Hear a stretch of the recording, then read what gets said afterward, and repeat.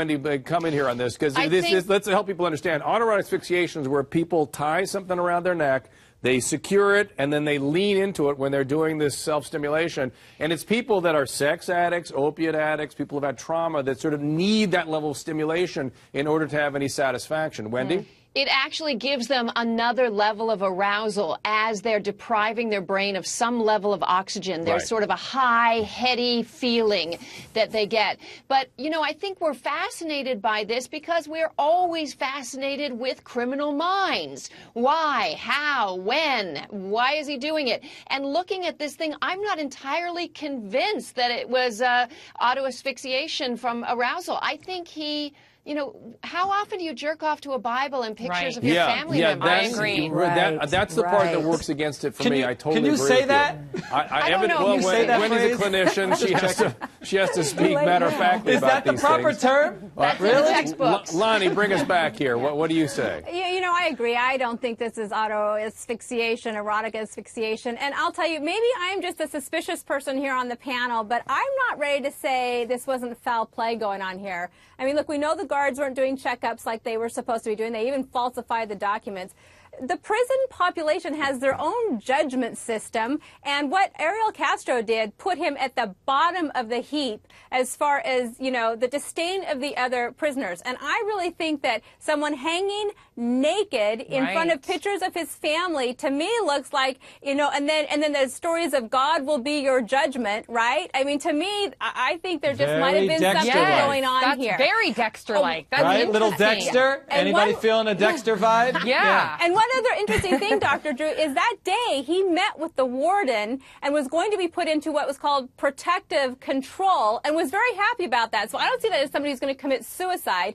Maybe that was going to make it harder for someone else to have access to him to maybe give him the demise that they thought was appropriate. So I want to make sure I get what you're saying, Lana. You're saying that somebody may have sort of staged this whole thing as an ultimate way of shaming and yes. Yeah, well, that's that. Mark, now maybe you care about how he died, because all of a sudden it starts to feel okay. It's like, that's crazy, but it's like, you know, it's awful, but it's like, oh, justice. Oh, okay, jailhouse justice. Yeah, I'm curious whether there had been any access to him from the other inmates. That's the first question. Well, you wonder if they did have access, then.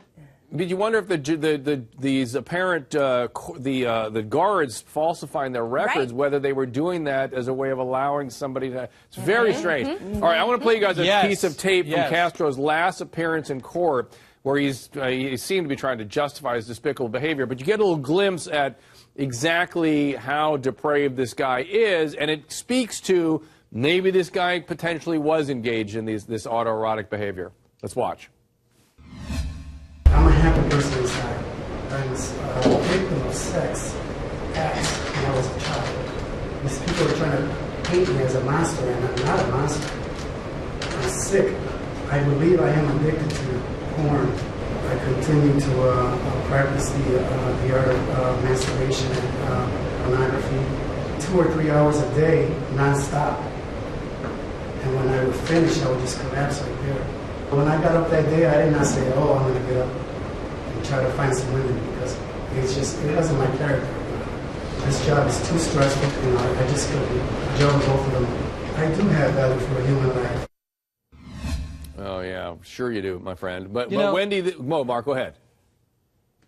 Well, listen, to strengthen the argument that he was actually engaged in the act, I won't use the phrase that Wendy used, but that he was pleasuring himself, is that if he really is an addict, which it appears that he is, by definition he's powerless over his control of his actions of doing this. That's right. And so you wouldn't think it would stop merely because he's in jail. That's absolutely right. And in fact, Wendy, as you and I both were saying, that if he really is a sex addict and addicted to masturbation per se, it would continue. And because he doesn't have access to what he was saying, he used porn all the time, he would be looking for other means to get a thrill.